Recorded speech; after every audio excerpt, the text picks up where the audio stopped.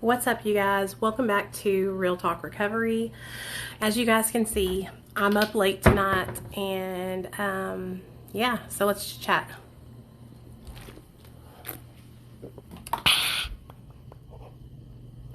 I'm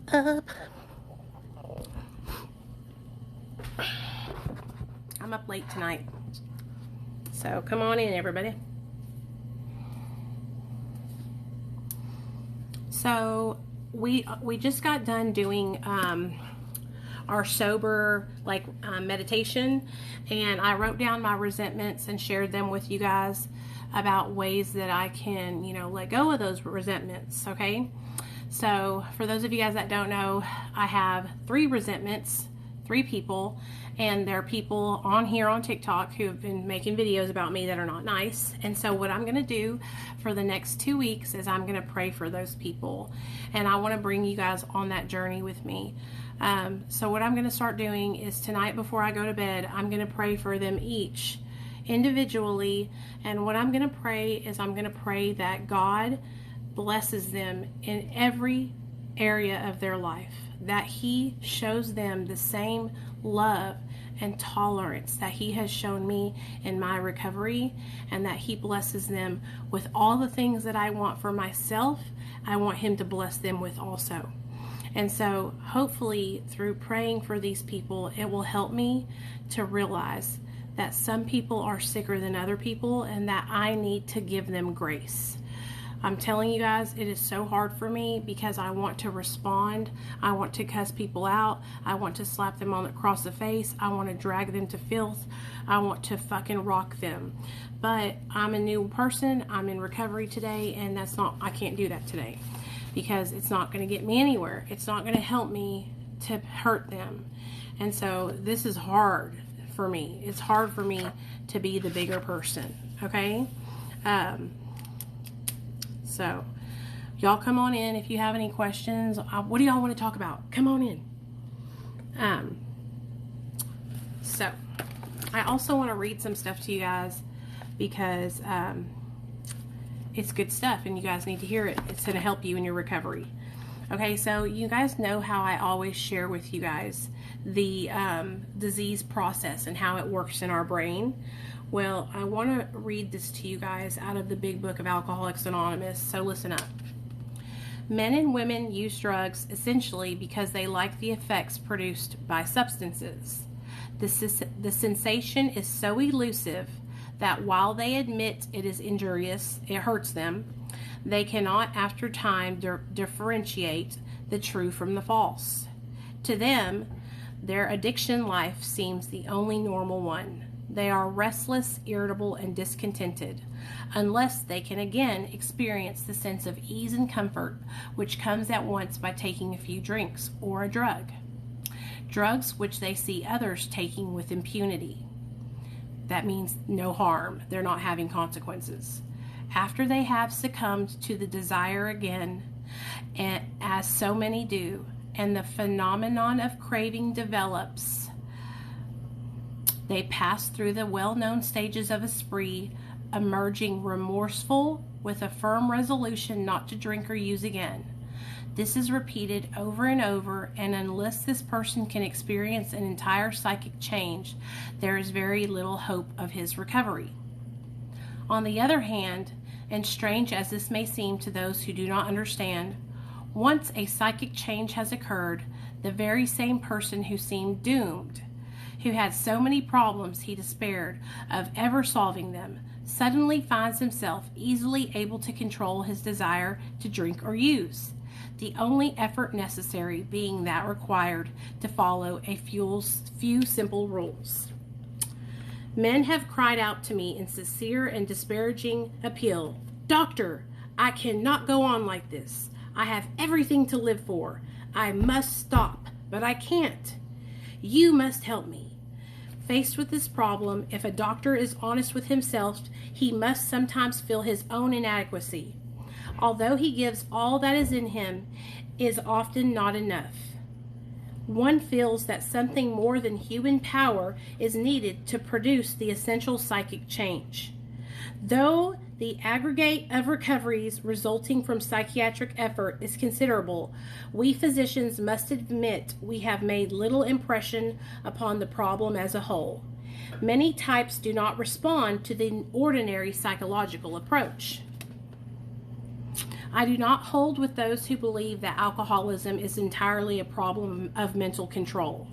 I have had many men who had, for example, worked a period of months on some problem or business deal, which was to be settled on a certain date, favorable to them.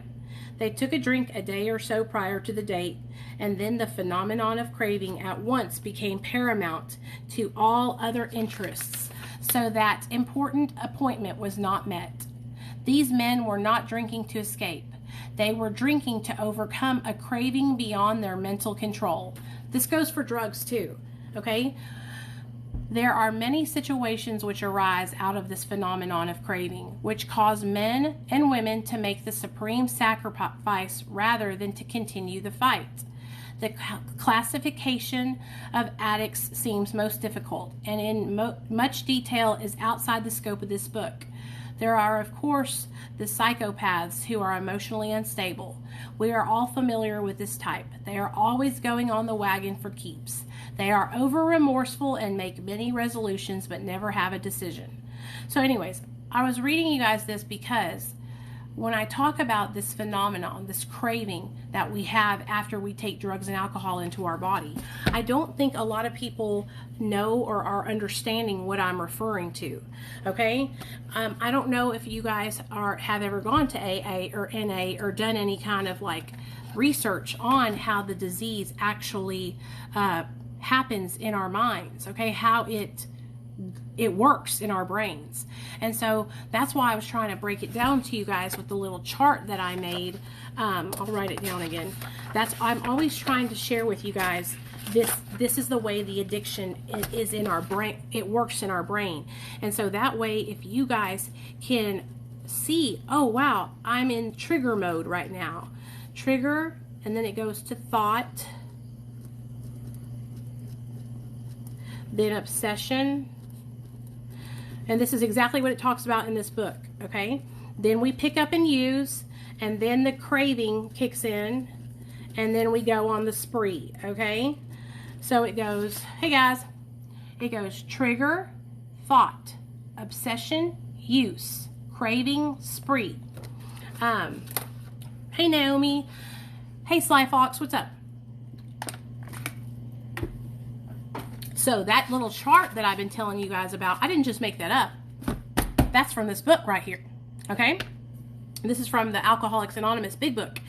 And when you guys hear me read it, I will call us, I will not say just alcohol. I will say drugs and alcohol because it's all the same thing, okay? It all affects our brains like the same way, And so that is what they're talking about right here. They're telling us the disease process in this book. They're sharing with us how it happens. And like they say, we drink because we like the way drugs and alcohol make us feel. We drank because drugs were our solution. Alcohol was our solution. Okay? When we had a problem, or we were uncomfortable, or we were stressed out, or we were just having a good day, we took drugs and alcohol into our body because it produced a feeling. We didn't just do it for nothing. It was giving us relief, okay? And drugs and alcohol gave me relief for many, many years, okay? Many years I used drugs because it made me feel good. It made me feel like I could cope with my insecurities. It made me feel I could cope with not loving myself and being, feeling like I wasn't like everybody else. I always felt like I wasn't the same as everyone else was. And that's because I didn't know how to cope with what I was feeling inside. And so instead of coping with those feelings, going to therapy, talking about it, reaching out to my family and asking for help, I didn't know, and I picked up drugs and alcohol. And then when I realized that drugs and alcohol were giving me this relief, I felt like I had found the cure. This is great. I get high, it makes me feel good, I feel smart, I feel energized. I feel beautiful. I feel like I'm fun. I feel like I'm charming and exciting. And little did I know that, you know, drugs and alcohol were going to have such a bad, that it was going to take me down a bad road. Because at the beginning, all it was great. I felt like I was getting so much out of life. I felt like drugs were making me feel amazing. You know what I mean?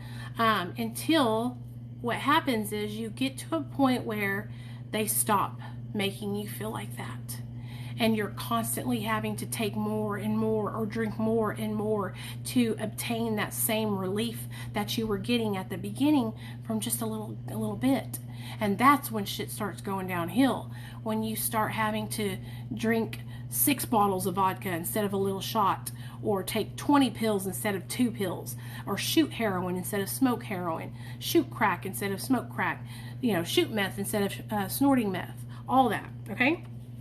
Okay, so that's what I'm talking about when I talk about the phenomenon of craving. That's what's going on in our brain after we put drugs and alcohol into our body. See, a lot of people say things like, oh, I'm craving.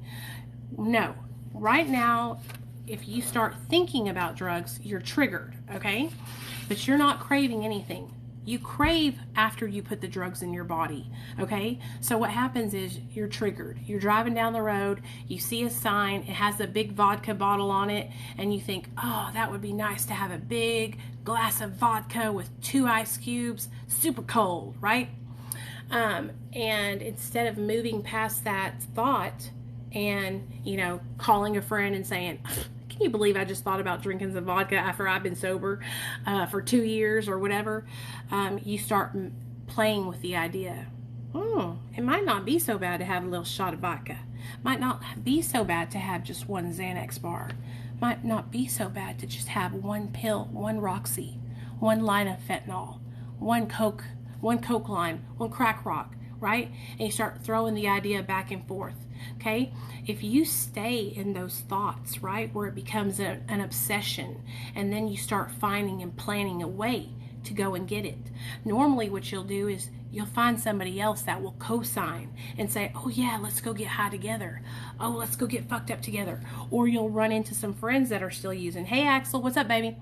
That are still using, and those people, you'll go with them. That way you can say, oh, I did it because they made me, or I did it because I was triggered by them, because we know that we're on the wrong path when we're thinking about using. A lot of the reasons why I used when I would have significant time sober is because I would go around people that were using, and I knew that when I went around those people that it was going to be damn near impossible for me to say no, right? But I would set myself up for that failure because I had a reservation. Because deep down in my heart, I wasn't done. Deep down in my heart, I wanted one last time. I want to ask you guys this. Every single one of you guys in this chat, are you done? Have you had your last time? Have you given up? Have you surrendered? Do you know that no matter a shadow of a doubt, if you pick up, you will lose your life? Are you done? Have you totally canceled out all those reservations? Or are you still holding the table for 2, baby, at the junkie booth? Are y'all still holding the table for 2 at the booth? Or the Junkies Anonymous booth? Or are y'all done? That's what you have to come to realize. You have to come to realize that you have to make a decision to be completely done. No more holding my table, buddy. I'm out of here. I don't want to get high no more. I don't want to lose my life. I don't want to lose my son. You know what I'm saying? Yes, I used to do that too, and now that you say it, I wasn't done, but I thought I was. Yes, Dalton, yes. When I go back and I evaluate my times I failed trying to get sober, every single time I would fall back. It was because I would go where I wasn't supposed to be going. I would go around my friends who I knew were still getting high. You guys, I'm so sober now to the point that when I got a job, when I was in my early sobriety, listen to this. my early sobriety. I had a year sober. Hey girl, what's up? Come on in, Brandy. We're talking about recovery, girl. It's a late night tip recovery class. I had less than a year sober, and I had gotten a job working for a sandwich shop called Nukes. And I got promoted quickly. I was doing so well. Well, one night we were all, I was doing salads and I was training a new guy, and I went back to the dumpster to smoke a cigarette, and they were back there and they had yellow school buses, yellow Xanax bars. Do you know that I wanted to stay sober so fucking bad that I went to my boss? I said, boss, they got pills and I need them out of here. I need them away from me, because even just knowing that my coworker had Xanax, just knowing it in the back of my mind, it was already starting to say to me, you could ask him for one of those tomorrow. Everybody knew in my job that I was in recovery, right? But just even knowing that he had those damn Xanax bars, it was like eating a fucking hole inside of me. And so I told my boss, I was like, please, like, you either need to fire this dude or you need to have a come to Jesus meeting with him or something. But that's how serious I was about protecting my sobriety, okay? Because I was not gonna fucking have nobody around me that had fucking dope in their pocket that could even halfway tempt me. Okay, and I made it. I stayed sober and I made it. I eventually ended up getting fired from that job because I got into an altercation with one of the girls I worked with, but I was doing really well and I had to stand up for myself. I had to stand up for myself and let them know, like, if you're going to be carrying drugs and you work here, you're not going to have a job for long. That is unacceptable. Unacceptable to be having drugs inside the job, showing it to people. It's one thing to be sneaky and sly and not nobody know, but it's another thing to be just outright flashing your bars, your bag of bars. And so that's why I handled my business. You know what I mean? I handled my business. After I left that job, I got another job working for Kroger. Listen to this. So I'm at Kroger, and one of the girls, I'm the assistant manager now. I work for the deli. She has, again, those damn yellow Xanax bars, school buses. She puts it on the silver table right there in front of me. Do you know what I did? I looked at my boss and I said, I'm leaving. I'm clocking out. And I won't come back until she's gone or in another department. Because I cannot. It made me want to cry. That's how uncomfortable I felt when I seen them damn Xanax bars right there. It made me feel sick. Because I was scared, because I knew that those Xanax bars would take my life. I knew if I put Xanax in my mouth, it was over from there, and so I had to let people know, like, I don't play. That here comes that bitch that you can't even show anything. I would be the one to tell on you. That's how serious I was about protecting my sobriety and not fucking letting people influence me, I had a similar situation at Dunkin's. Kid was selling shit out of my drive-thru. Yes, you have got to let people know you're not the one. You won't allow that, because what we're doing when we allow them to have drugs around us is we're letting them know we don't respect ourselves. But when we say, no, you're not going to have drugs around me. You're not going to show drugs in here. I respect myself. I love my recovery. I want to be sober. I want to help other people. And that's what you have to do, you guys. I know it might sound lame. I know it might sound like I used to think I was a snitch, right? No, you guys, you're protecting your sobriety. You're protecting yourself. You have respect for yourself now. Those other people, they're not respecting you when they bring drugs around you. That means they have no respect for you. They might as well be spitting in your face, okay? Hey, Miss Patty. After putting people first, you eventually learn to finally put yourself first. Yes. What's T-Train? I work in deli at Kroger. Yes, I love working at the deli. I went to my boss when my ex-roommate was shooting up. Yes, you got to do that, you guys. So, okay. So now that we know that we have to set boundaries, that we respect ourselves and that other people, if they're not going to respect us, we don't want to be around them. And so every single job that I ever had an issue like that with, you guys, I always handled it like that. And that's how I have been able to stay sober for 6 years. Eventually, I ended up leaving that job and I got a job working for Hallmark, okay? Now at Hallmark, I was going from store to store, so I wasn't like in a store with a bunch of people, so I made my own hours. I got to travel, and I was a merchandise person. I would go and I would set up the Hallmark displays in all the stores. I loved it. And so I could drive the way I wanted to drive. I didn't have to go down the street where the dope man used to sell dope. I could like make it for me, you know? And so that's how I protected my sobriety. That is what I did. Now, I think I saw somebody ask me, don't you have any friends who use drugs that you hang out with? Straight up, no.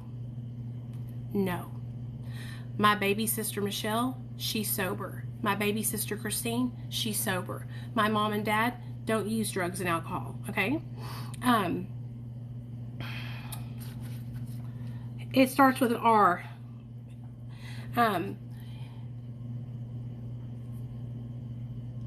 The only person that I know that uses drugs that I have even come close to is the girl who called CPS on me in 2015. And the only reason why I came close to her is because I tried to help her. I tried to help her get sober. I tried to help with her daughter because I didn't want her to get her child taken away like I got mine taken away because she called CPS on me. Because I'm actually a good person. I actually care about the well-being of her daughter. As much as I was mad at her for calling CPS on me out of spite, I didn't want to hurt or harm her daughter or her. And so I tried to help her get sober, but that didn't work.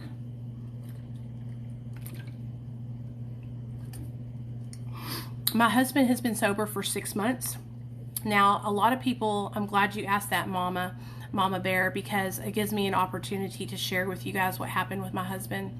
You know, I trusted somebody here on TikTok that was my friend. And when my husband relapsed last year, I had texted her and told her, you know, Neil's fucked up. I don't know what I'm going to do. At the time, he was in the other room asleep because he had taken so many Xanax. And I couldn't just kick him out right then because he couldn't drive.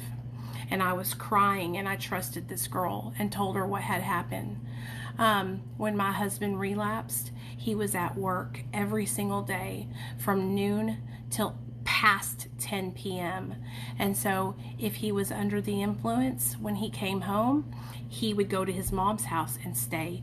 Or if he was coming to our house and it was during the day and I didn't want to be around him, I would make him leave and go to his mom's. He would go to work, or me and my son would go stay with my mom and dad. I confronted my husband, and I told him, I love you, but I want you to be healthy, and I don't want to lose you. And you mean more to me. But what I had to learn is that when somebody's in active addiction, they're not thinking clearly. So what I had to do was I had to stop helping my husband. See, I was helping him, and what ended up happening was I was saving him. I was saving him from losing his job. And so when he finally lost his job, that's all it took. It was a consequence that woke him up, and he got sober. And so for all of you guys who actually gave me the chance to share my husband's own struggle with y'all and listen to it from my mouth and didn't listen to people talking shit about me, thank you. I have 6 years sober, okay? I'm a pretty badass bitch. I'm pretty fucking strong in my recovery, and I know what I want, and I never once even wanted to go out and get high. I wanted to have a healthy, happy family. And so when someone's struggling that you love, you don't fucking turn your back on them. Okay? It would have been different if I only had 6 months sober, but I had been sober for 5 years when this happened. It wasn't my first rodeo. I've been through it. I've been working with others and helping people get sober for 4 years now. And so I knew exactly what I needed to do. It just took a little time for me to actually implement it, because it's hard. It's hard to hold people accountable that you love, that are close to you. It's hard to say, you can't stay here. You have to go sleep at your mom and dad's house. It's hard because I didn't want him to be away from me. I loved him. I wanted to be able to protect him. I didn't want anything bad to happen to him. Hey girl, my husband is going through the same thing and it's hard not to leave. Exactly. Thank you. Thank you. The fact people use that against you and slander him is just vile. It's disgusting. I lost custody of my 4 kids. I had to mourn them. I am so sorry, peace and love. I really am. It's okay, Lolo. I saw your video. You tagged me in though, girl. I just went and commented on it. You guys, here's the thing. I would never leave my husband if he struggled. And so, Mama Bear, can I ask you, is that where you saw that? Is that where you heard about my husband's struggle? Because I shared it last year when it was happening here on my TikTok. I was completely transparent about it. I told everybody what was happening, and I told you guys I needed support, right? But now what people are doing is they're posting about my husband's struggle from last year. Do you guys realize that he'll have 7 months sober on the 22nd of this month? 7 months. Do you guys realize that I'll have 6 years July 13th? Do y'all realize that? Do you guys realize that I worked my ass off, that I have an amazing job working in a treatment center and I help people every single day? You know what I mean? Do people realize that? Or y'all just go into these other people's pages and they're telling you guys lies about me? See, this is what I was talking about early. On how to be friends with people I used to with. You can't be friends with people you used to with, Mama Bear. It's different. My husband is not my friend. He's my fucking husband. You cannot keep people around you, baby girl, that are using. Okay? You will go out. You cannot keep those people around you. You don't need those people. Okay? You're better than that now. You're changed now. Okay? It's different whenever you're married to the person. When it's your friends, you don't have to be around those people. They're not paying your bills. My husband pays my bills. My husband bought me a brand new car. My husband put a ring on my finger. My husband actually produces and helps his family. It's so different, you guys. Keeping friends around that are using drugs? Absolutely not. No, ma'am, get them out.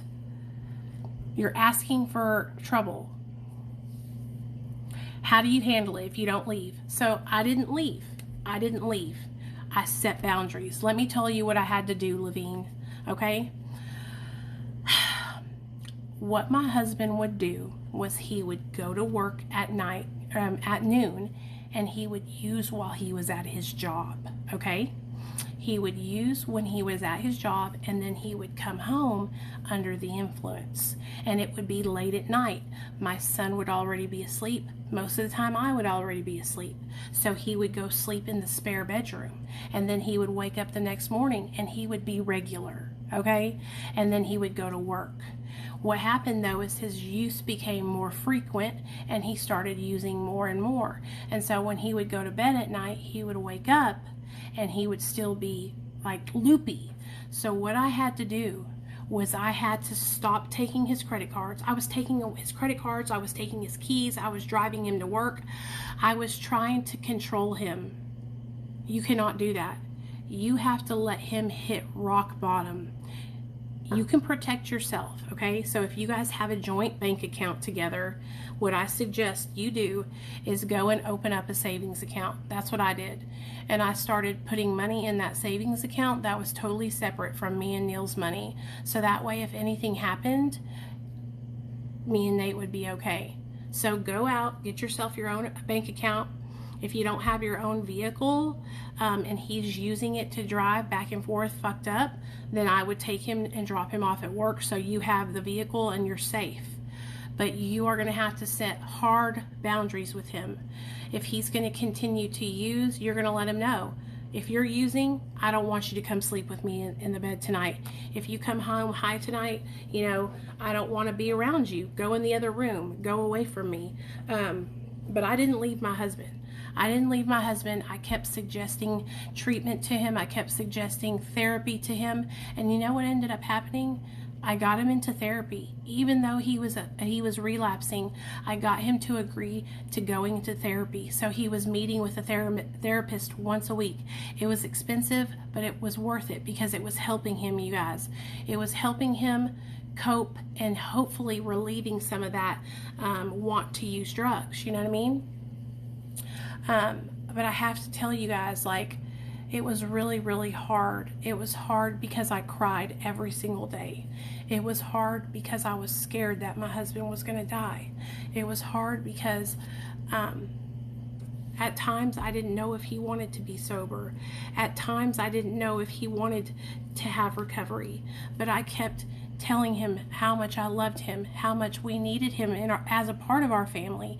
And I would share with him. He would hear me doing meetings with you guys. I would share with him about love and forgiveness and how much he could do this, and I know he could. Therapy. I had other men in recovery reach out to him and call him. I set him up with a sponsor. Even though he was using drugs, I found him a man that could talk with him, that would be his sponsor and help him. And you guys, I'm telling you, it was hard. He didn't get sober right away, but eventually he lost his job. That was the wake-up call, and then he was able to plug in because I had set him up with all those resources. I set him up with a sponsor. I set him up with a therapist. I set him up with all kinds of recovery support.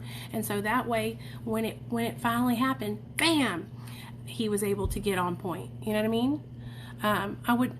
What I don't understand is the people who say, like, I should have left him. Are you fucking kidding me, dude? Like, why would I leave my husband, you know? If it was the other way around, they would go shoot. Probably. It's so hard, but still worth it. Absolutely. Sounds like you have to... Yeah, hey, Axel, how are you doing? 14 days, Mama Bear. Okay, Mama Bear. Y'all better rally around Mama Bear and let her know. Mama Bear, you are a baby in recovery, girl. No people around you that are using, okay? He is going down. We got sober together and he picked up another habit.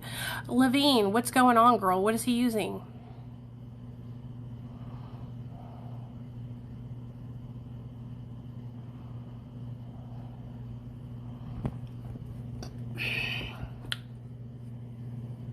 Yeah, so when somebody's actively using drugs, you don't kick them when they're down, okay? You don't support. Here's the thing, you guys. There's a difference between enabling somebody and being there for them, okay? I didn't pay for my husband's drugs. Like I said, I wasn't giving him like the easy way. I stopped and I pulled away and I let him hit rock bottom. We don't turn our backs on our people when they're struggling. We support them, okay? We support them. We encourage them. We tell them about them. We share with them. If somebody comes in here and they're still in active addiction, I want them to hear about the support they can get. I want them to hear about the love that comes when they find recovery and the support that they'll get from this community here on Real Talk Recovery. My husband, you guys, I'm going to tell you right now, 100% changed man. All he needed, honestly, was a new job. He was very, very stressed out. He was not appreciated at his job. They worked him like a slave, straight up. And so it was very stressful, and he couldn't handle it. He couldn't handle it, you guys, straight up. He couldn't handle it. And so I'm going to tell you this. Now that he has a new job, he's happier than I've ever seen him. He wakes up early in the morning. He goes to his job. He works outside. He loves it. He's in the fresh air. He comes home. He's tired. We feed him. He lays down and relaxes with us. He is doing great. I do shame him, and I hate that. Levine, I did the same thing. When I first found out that my husband was relapsed, you know what I did, you guys? I called him every single junkie in the book, told him how much I fucking hated his guts and I wanted to kill him, and I started screaming and yelling. Tears were running out of my face. I was telling him how worthless he was, and I was horrible. And then you know what happened? You know what happened? God came to me that night. And I woke up the next morning and I went and I looked at myself in the mirror and I broke down crying my eyes out because I said, you know what? I can help all these strangers on the internet, but when my husband's hurting and he needs me the most, this is how I treat him? This is what I do? I'm over here helping drug addicts all over the world, but when my husband's struggling, I'm kicking him when he's down? And it made me realize I was fucking sick and I needed help. And that because me and my husband got sober together, because we both were codependent, I was sick with him. I was codependent. And that was part of my addiction and part of his struggle. And so when I fucking had that epiphany that I was struggling and that I needed to make a change and that I couldn't judge my husband because he relapsed, I mean, what kind of person does that? How could I do that to him? What do I tell you guys? If you struggle, if you're falling, get back up. Come in here. We love you. We're not going to judge you. But I couldn't show that same love, that same support to my own husband. Yeah, it was a real big wake-up call, realizing that I was how I was being. And that's when I realized, you know, just like the old saying, you catch more bees with honey, okay?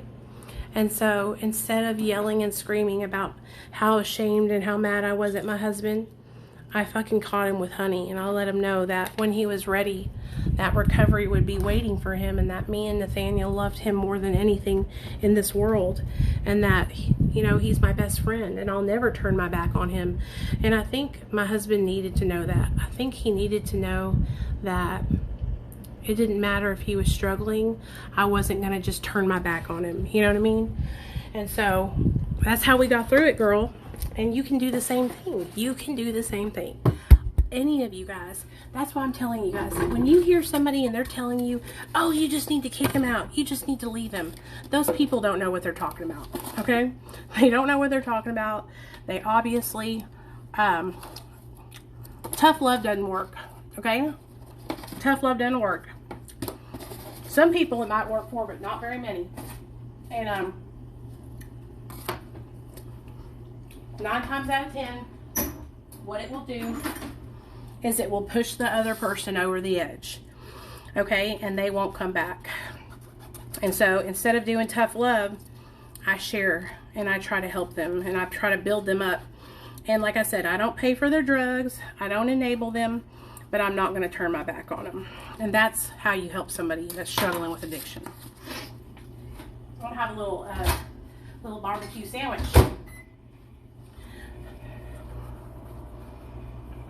Yes. That's what happens, you guys. They think that people can just stop.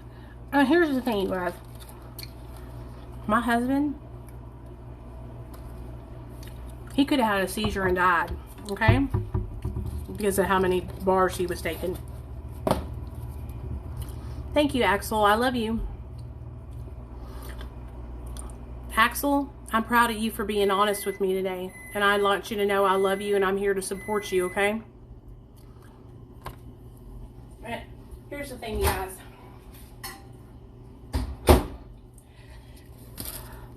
When a person is using drugs, they already hate themselves enough, okay? They're already disappointed in themselves. They're already hurting. They're already hurting, okay? Let me tell you something. When I was active in my addiction, I hated myself.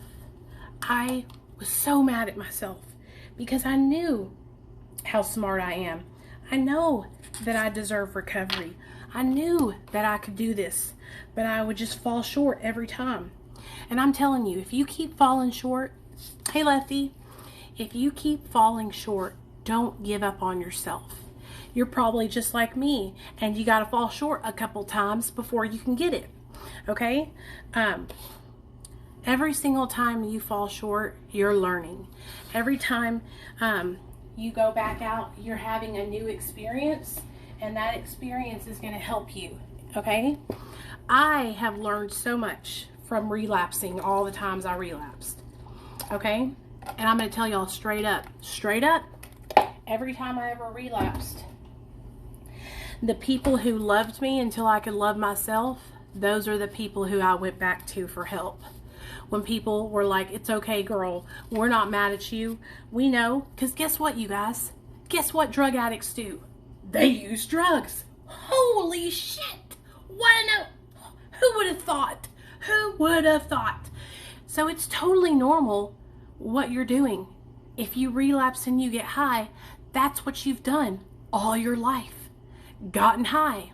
Why would I be mad at you? Why would I judge you? Why would I look down on you for doing what you do? You know what I mean? That's what people don't understand, okay? They don't understand. You cannot just shut off the disease of addiction, okay, in your brain.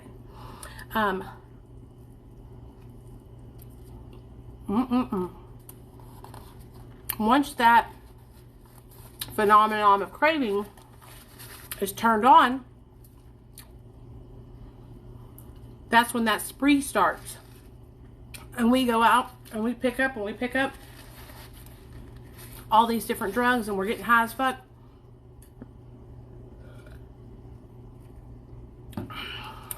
Good job, good job, Gucci. 9 times out of 10, you guys, what a person needs is to disconnect, okay? If you find yourself getting sober for a couple days and then relapse, getting sober and relapsing, sorry guys, getting sober and relapsing, 9 times out of 10, you need to remove yourself from where you're at, okay? You need to go into some residential treatment. It helps so much because you can go there. You don't have to worry about working your job. You don't have to worry about running into people that are getting high. You can focus on recovery, okay? So, Levine, do you think your husband would be interested in getting treatment? Axel, it is. But there's ways around that, okay?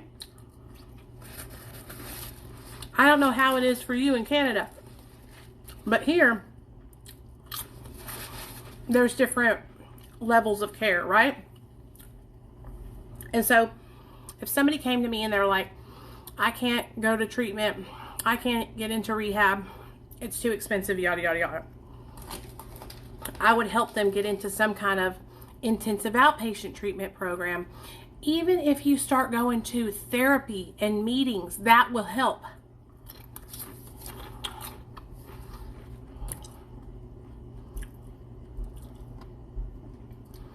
So, Axel, do you not have health insurance in Canada?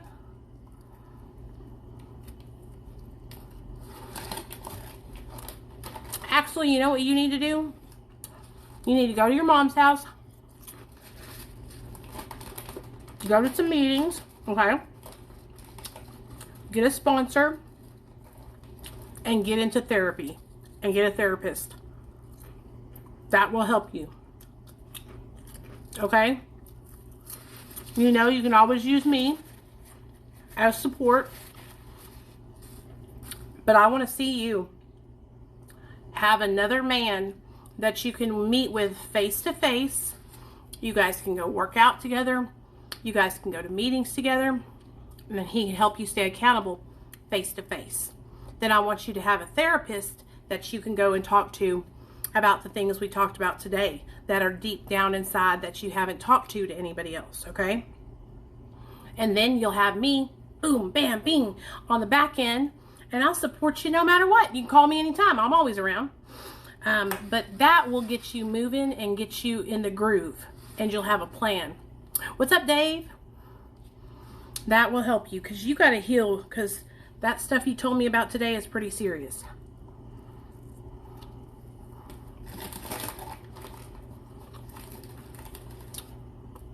Thanks, Mama Bear. Thank you, baby. That's what helped me too, lipstick. I was so focused on getting my son back, y'all. That's what helped me stay sober, okay? I'm not even gonna lie to y'all. When Nate got taken away, it lit a fire up under my ass. So fucking hot. It burned my ass cheeks. I wasn't about to let the state of Arkansas take my son forever. So I started going into overdrive, and I just fucking kicked ass, you know? You got to find something and focus on it.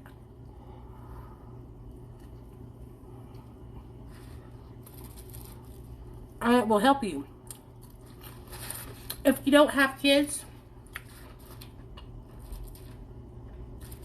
find a job or a hobby or a family member or something that you can work towards that will help you, okay? You're amazing too. Mama Bear, you need to be afraid. Let me just tell you what it's like. When they take your kid, it'll be the worst experience of your whole entire life. Baby girl, my son wasn't in danger either. I lived with my mother and father-in-law, but I had drugs in my system, so they took him.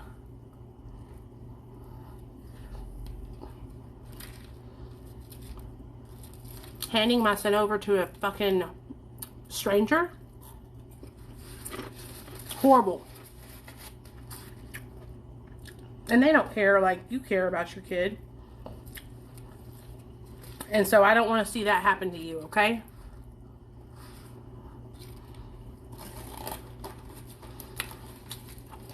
Find something to focus on, and that will help you. Because here's the thing, you guys.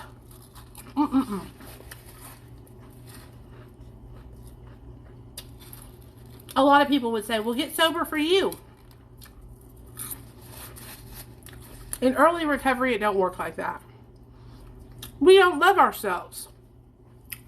We don't love ourselves enough to get sober for us. So we got to find something else to focus on, to help us. Because we don't give a damn about ourselves. And so when people say stuff like, oh, you need to get sober for yourself, you can't do it for anybody but yourself. Lies. I got sober for my son. And what happened was, as I stayed sober, I wanted to stay sober for me. And I learned to love myself and care about myself and want to be sober for me. That's what you do, okay? So, Mama Bear, what I hear you to say is, you love your baby, you don't want to lose your baby, and so you use that little boy as motivation to stay sober. And throughout your process of staying sober, learning about yourself, get into true recovery. TikTok, you need more than this. Those of you guys that use these meetings as a recovery meeting, that's great. But you guys need more than this, okay? I want to see you guys getting involved with another man or woman that can help you in your recovery. I want to see you guys getting involved with a therapist who can help you heal on the inside, okay? I want to see you guys getting plugged in, because you cannot depend on TikTok to keep you sober, all right? If all I did was depend on you guys, I would not be where I'm at, okay? I had to learn about my addiction. I had to educate myself about the disease of addiction. I had to reach out to other women that could show me the way, okay? Dr. B, he's taught me about the addiction and the brain side of things. Like, I had to really, really plug in to learn these things. And these things, when you learn about your disease, when you educate yourself about the disease of addiction, this is going to help you stay sober, okay? Education is key. If you know how these drugs and alcohol have affect your brain, hijacked your brain, then you have a better understanding, okay? And so I see a lot of you guys talking about being a peer recovery specialist. That's a great thing to do. Before you try to do anything, though, we're becoming where you can help others. Make sure you get a good 6 months to 1 year of strictly working on yourself, okay? I've seen it time and time again. I'm never going to mince words with y'all. I've seen so many people, especially on this app, with less than 6 months sober, trying to help people, and they don't have jobs, they don't have nowhere to live, they don't have a sponsor, they're not going to meetings, nothing. They're doing TikTok recovery, and that's it. And I've seen it time and time again, they relapse. So give yourself a year to focus on you, okay? A good solid 6 months to a year, you guys, is going to be the best thing you ever did for yourself, okay? Because here's the thing. You want to know why we want to help people, y'all? You want to know why? Because it's easy. It's easier to help others. It feels good. It's a good feeling to be able to be of service to people and help them get sober. But that's what we're doing, is we're taking the focus off of our healing, and we're not working on our insides. It's easier to focus on someone else's healing, okay? But it's hard work. It's hard work to look inside yourself and realize all the bad shit you did, take responsibility, try to heal from traumas, try to build back relationships that we lost because of our addiction, all these things. It's easier to help someone else and not look at our own shit. Believe me, I know. I am a helping addict, okay? I have an addiction to helping others. And I can find myself so deep in other people's stuff sometimes that I'm like, damn, dude, I need to get up out of here. I'm going fucking crazy. And when I find myself retaliating or responding to hate or letting things like that get to me, that's when I know, ooh, I need to work on myself. That's why I did that meditation with you guys today. That's why today I'm praying for these 3 people that I have a resentment towards.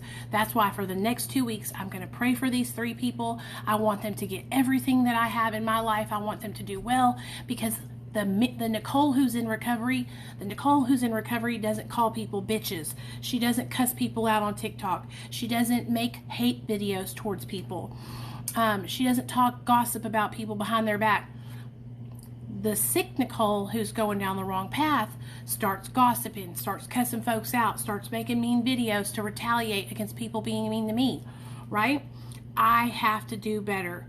I know when I'm going and I'm slipping. I'm very fortunate to be overly self-aware. Okay, let me tell y'all a story about the first time I ever realized that I had self-awareness. It was a miracle. So about a year into my sobriety, I was at the Kroger, okay? I was at the Kroger and I was walking around and I was talking to strangers, complete strangers, about my life and my mental health. And there was a lady there, she was stocking the shelves, and I started talking to her about Lexapro and Wellbutrin and how it was helping me with my mental health and yada, yada, yada. Well, all of a sudden my husband, came behind me, and then we went walking off, and he looked at me, he said, "Why are you talking to complete strangers about your mental health?" And it just hit me like a ton of bricks, and I was like, holy shit, I am just talking to everybody about everything, you know what I mean? And then I became more aware of the things I was saying to people, how my words were affecting people, how my actions affected people. And then I had a total breakdown. I was crying my eyes out, sobbing my eyes out with my sponsor, and I was thinking about how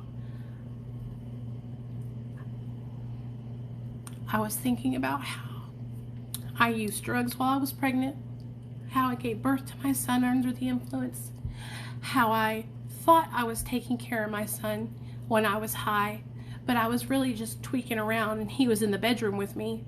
And I had all these things just rush into my mind about how I wasn't a good mom, and I wasn't a good sister, and I wasn't a good wife, I wasn't a good daughter, I wasn't good at all, because I had told myself these lies for so many years. I'm just using drugs. I'm not hurting anybody. It's not affecting anybody. It's not that big of a deal. I'm just hurting myself. And all of a sudden it just hit me so hard, like a ton of bricks, how my addiction has affected everyone, and how much I hurt my family and my son, and how I hurt my husband Even though he was with me during a lot of the addiction, I hurt so many people that I cared and I loved. And that was when I had self-awareness. It's because it all just came flooding in. And one day that might happen for you too. One day you'll sit down, if you work with a person in recovery and y'all are doing any kind of 12-step work, or even any kind of work when you're reflecting and looking inside of yourself. And all of a sudden it will just start piling up on you. Wow. No, a lot of us tell ourselves this lie. We say, oh, my addiction doesn't hurt anybody else. I was just getting high. When I tell you guys that our addictions affect everyone around us, okay? When I tell you that I did not even realize how much I hurt my baby sister, my little baby sister, Christine. She looked up to me all our lives, and then I started using drugs. I would embarrass her. All these things came rushing to me. How I embarrassed her in front of her friends when she graduated high school. How I stole money out of her piggy bank when she was like fucking 14 or 15. And just all these lies that I would tell myself. Yes, Carlos, that I would tell myself that I would believe because I was high, because I didn't want to see the truth. I didn't want to see the truth, you guys, because the truth fucking hurt, dude. The truth fucking hurt. You know, when people comment things on my videos, when I share about my addiction when I was pregnant, and they say things like, you were selfish. Yes, I was selfish. I don't think people understand the amount of guilt and shame that we carry once we get sober and we actually are working on ourselves and we realize. Okay, I know a lot of addicts that they haven't gotten to this point yet. They haven't reflected on the things that they did to hurt other people and how it affected them and the people around them. They haven't gotten to that point yet, so they're still in that denial stage where they say they didn't hurt anybody, their addiction just affected them. But I'm not there. I am a total fucking, I have accepted full responsibility. I am fucking remorseful, dude. I am full of shame and guilt for the things I did when I was in my active addiction. When I tell you that it hurts me down to my soul that I used drugs while I was pregnant with my son.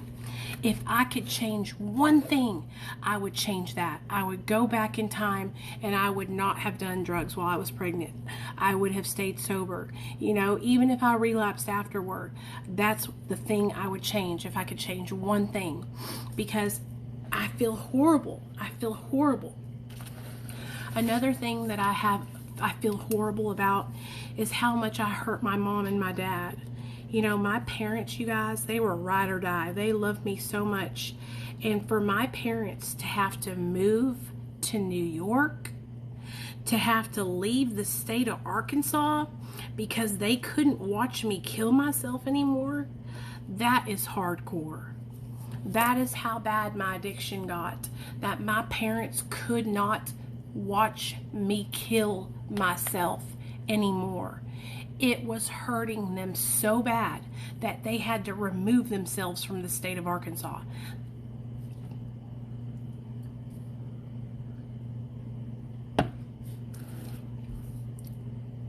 That's some shit right there. Okay? Lipstick and stilettos. Girl, I know more people and more women used while they were pregnant. And they're just afraid to share because of the judgment that they see me get here on TikTok. When I tell you guys, it was horrible, the messages I got from other people telling me I didn't deserve to be a mom, telling me I might as well just kill myself, horrible stuff. What made you get sober? Hey, Jasmine, what made me get sober was when my son got taken from me by CPS. It changed my life forever. I want my mom to get sober with me, but she doesn't want to. Gucci, baby, let me tell you something, okay? You can't pull somebody up. I want you to close your eyes and I want you to imagine a big lake, okay? And you're standing on the dock. And you look out there and your mom is in the deep end and she starts to struggle. She starts to go under. And she says, Gucci, Gucci, help, I'm drowning, okay? And you jump in and you swim out after her. and you say, "Here, Mom, I'm going to help you. I'm going to help you." And she starts grabbing you and she starts pushing you under, not meaning to, but see, she's drowning. So she's trying to stay above water. And while she's trying to stay above water, she's drowning you and pushing you down. So instead of jumping in after her and trying to save her to get sober with you, guess what you do? You back up, you get yourself together, and you throw her a life vest. Okay? But that's all you can do. You can't jump in after her because she's going to pull you down with her. So reevaluate the situation. You got 1 day sober. Okay? 1 day. All it would take was one little, and she would pull you right down. Okay? So you can throw her a life raft, let her know about recovery, let her know about the Real Talk Recovery meetings we have here, and tell her to come hang out with us. But that's what you got to do, because you will go down. Okay? Don't jump in after someone, y'all. You have to save yourself first. And even once you save yourself, you still don't jump in after them, because that's how it is. When somebody's drowning, they'll always pull up on you to save themselves.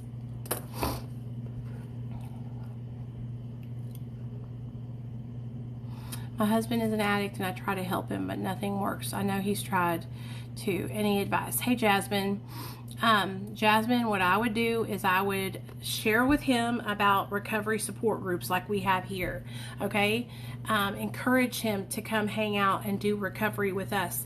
Encourage him to reach out for help, get into therapy. Encourage him to look into treatment and some kind of, recovery resources. Let him know that you love him, that you are scared, that you don't want to lose him to this disease. In fact, this is what I always tell people. If you have a loved one who's an addict and you're not an addict, reach out to someone like me and have them call me, or have me call them. I cannot tell you guys how many people I have called for loved ones to talk to their kids or their husbands or their wives, to try and talk to them and see, hey, is there anything I can help you with? Are you willing to take the step to sobriety? Because if you are, I can help you, yeah, so that's what I would do.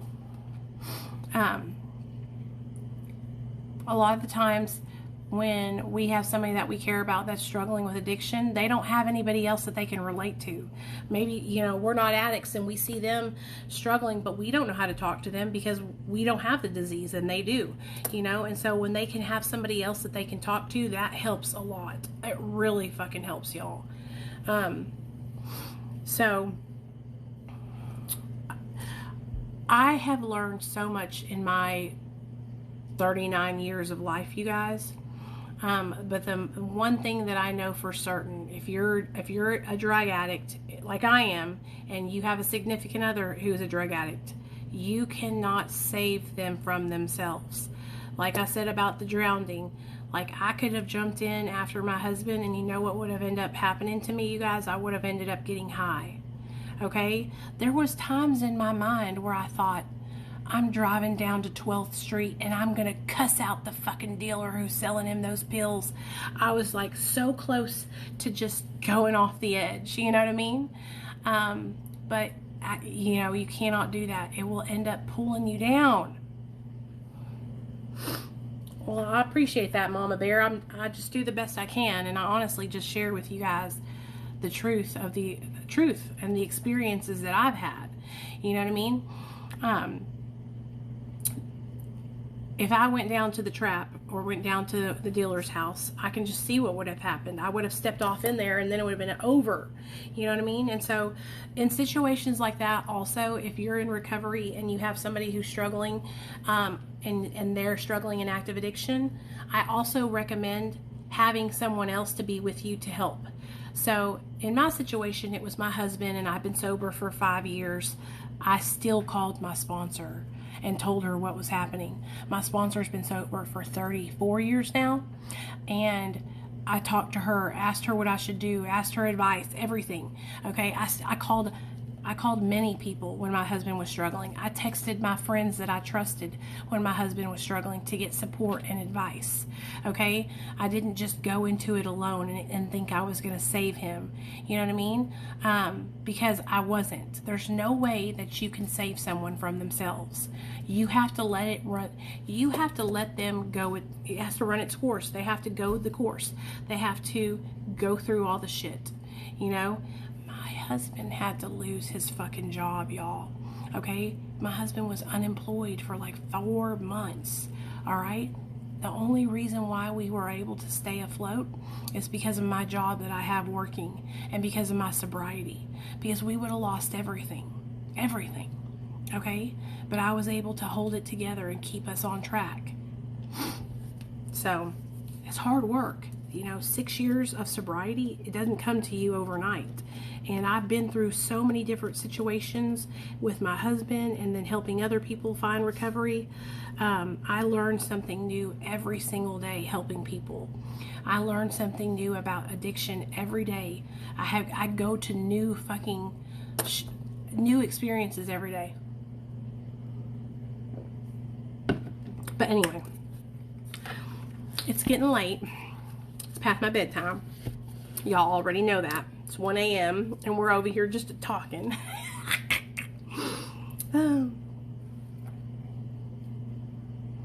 What happened, T9? Okay, so T9 says he just relapsed after 2 weeks sober. So let's do this, okay? So for those of you guys that had sobriety time and then you relapsed, okay? This is what I want you to do. I want you to write down what was happening 2 months before you relapsed. What was going on in your life? Were you working a job? Do you have a relationship? Are you married? Are you having relationship problems? Are you having problems with family? What were you doing 2 months before you picked up? T9, can you tell us that? What were you doing 2 months before you picked up those drugs? All right. Then, okay, after you think about that, I want you to think about what got in an argument with my baby mama. Got in an argument. Okay, got you. So, baby mama drama. Baby mama drama. So what I'm hearing you to say is you got some stressors going on in your life. You got some stressors, okay? So if we know that baby mama causes stress, are you and baby mama together or are y'all separated? This is important stuff, y'all. Listen up. If you and baby mama are separated, y'all don't live together, and you just kind of like trade custody out, and you know that she affects your sobriety, she affects the way you feel separate, gotcha. This is what you need to do, T9, okay? From now on, you need to appoint a mediator, okay? You need to find somebody that's in sobriety, a man. I think you're a man, right? Okay. And have him to help you, be your sponsor, help you in recovery, okay? And then you need to find somebody that can be in between you and her, that can connect with her when it's time for you to have your child, and so on and so forth. That way, it's never just you two connecting and talking with each other, okay? Until you can get strong enough in your sobriety, you need to have somebody in the middle to assist with this. That way, that negates you from having arguments or getting stressed out or having drama, okay? That way, you can work on your sobriety and be successful in your recovery. Because, see, here's the thing. Baby mama might not realize it, but she's not conducive for your sobriety, okay? And so, if she's a toxic influence on your recovery, then you need to cut her out, okay? Okay, the only way you can see your kids is if you're with her. Then you know what you need to do? You need to bring a mediator. You need to bring someone with you. And if you know that you guys don't get along and you have arguments, have somebody with you. I'm telling you, man, it's for your best interest, okay? And here's the thing. Also, I know that I hate to say this, but if you're struggling to stay sober, it might be in your best interest to not see your children for 6 months, okay? And just get so focused on working on your recovery. I know this sucks, but I had to do the same thing. When my son got taken away from me, At the beginning of my recovery, I was going to see him 2 times every week for visitation. I couldn't handle it. I was crying. I had to not do it. I had to not go and visit my son so I could get my sobriety, strong. And so I know that that might be uncomfortable and it might suck, but your recovery has to come first, even before your children. Because if you don't have recovery, you won't ever see your kids again. Because if you keep on using, your baby mama definitely ain't gonna let you come around them. So in order for you to maintain sobriety and gain back the ability to be with your children and see them, you have to unplug from that situation and get yourself strong again. Okay? That's what you need to do. Sometimes we have to make sacrifices in order to achieve what we need to get to. Okay? So I know that it sucks, but if your baby mama is not supportive and she is against you, I would totally get with somebody, like I said, a mediator. I would make notes of everything that's going on. I would reach out to another man in recovery and ask for his guidance and ask for their support, okay? And I would get totally hyper-focused on you, because you can't care for your babies if you're using drugs. So you have to put yourself 100% first. 100%. And I know a lot of people might disagree with me. No, Nicole, the kids always come first. No, not before your sobriety. Your sobriety has to come first, because if you don't have your sobriety, you won't have your kids. If I don't put my recovery first, I'll lose custody of my son because I'll start shooting methamphetamine again.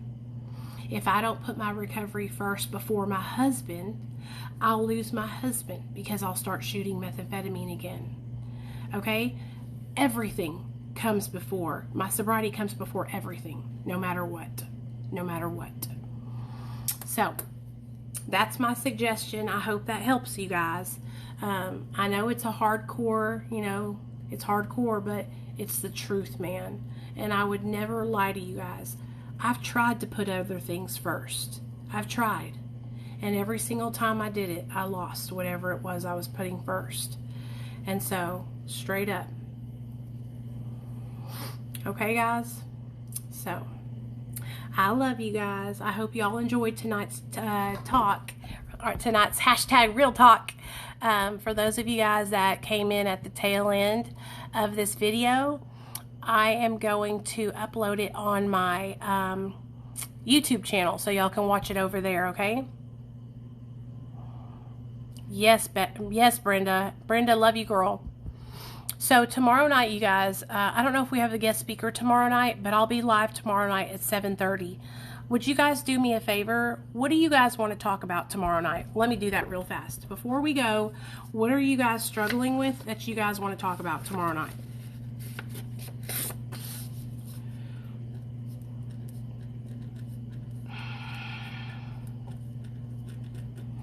I know a lot of you guys are in early recovery, is what I'm noticing.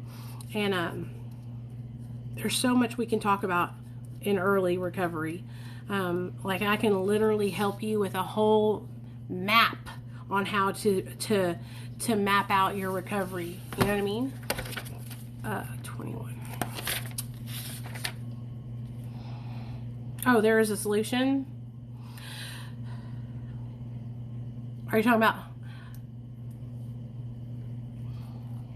my son and my addiction, alcohol? Okay, alcohol. We don't really talk about alcohol a lot. So here's the deal. I hear you, Brian. I got you, okay? In fact, just like Carlos said, he said page 21. What we'll do is we'll talk about alcoholism, and we'll talk about the different kinds of alcoholics. There is the moderate drinker, the hard drinker, and then the real alcoholic. And we'll talk all about how when we drink alcohol, it changes us from one person to the next.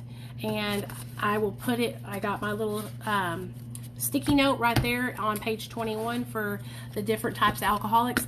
And you know what, you guys? It goes the same for addicts, okay? There's the addicts who binge use like we used on the weekends.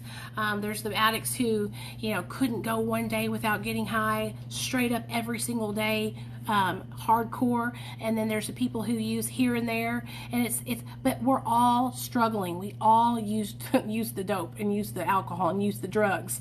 Okay. So yeah, we'll talk about the different types of alcoholics and addicts, and then we'll talk about how you can get sober, and we'll talk about that tomorrow. Okay. Real quick before we go to bed. Okay. Let me read this. Hold on. Okay. In places where people depend upon camels for transportation, they have a saying, "Trust in God and tie your camel to a tree." I think of this saying as a colorful way of describing what we call doing the footwork. First, we trust in our higher power. Trusting is a way of affirming that we are willing to be receptive to whatever the higher power chooses for us. We do not resign ourselves to our fate. We meet the day with confident expectation. We accept a miracle, as they say, but we cannot expect our higher power to do for us what we can clearly do for ourselves. We must do our part. The 12 steps help us to distinguish between our responsibilities and those we turn over to God. Today, I give thanks for the guidance of my higher power and for the measure of common sense needed to apply this guidance to the details of my daily life. No one else can define our role in the unique partnership we develop with our higher power. Do the footwork. Do your part. Okay? All right, y'all. I'll see y'all tomorrow night. 7:30 p.m. Central Standard Time is when we go live, and we will do a group together tomorrow night. Okay? And so I love you guys. I hope y'all had fun with me tonight. If you missed this live stream, I'm uploading it on YouTube. If you guys are not following me on YouTube, please follow me. I make so many videos on there. It's Real Talk Recovery with Nicole. I love y'all. Thank you guys for letting me share. It really helps me a lot. I love helping people. I love sharing. I love being just here with you guys and sharing what works for me. And I hope you guys know that it really, really helps me to be able to do this with you guys. It means so much to me. It has changed my life. And I'm so grateful to be able to be of service and help you guys. And my DMs are always open, and you can always message me.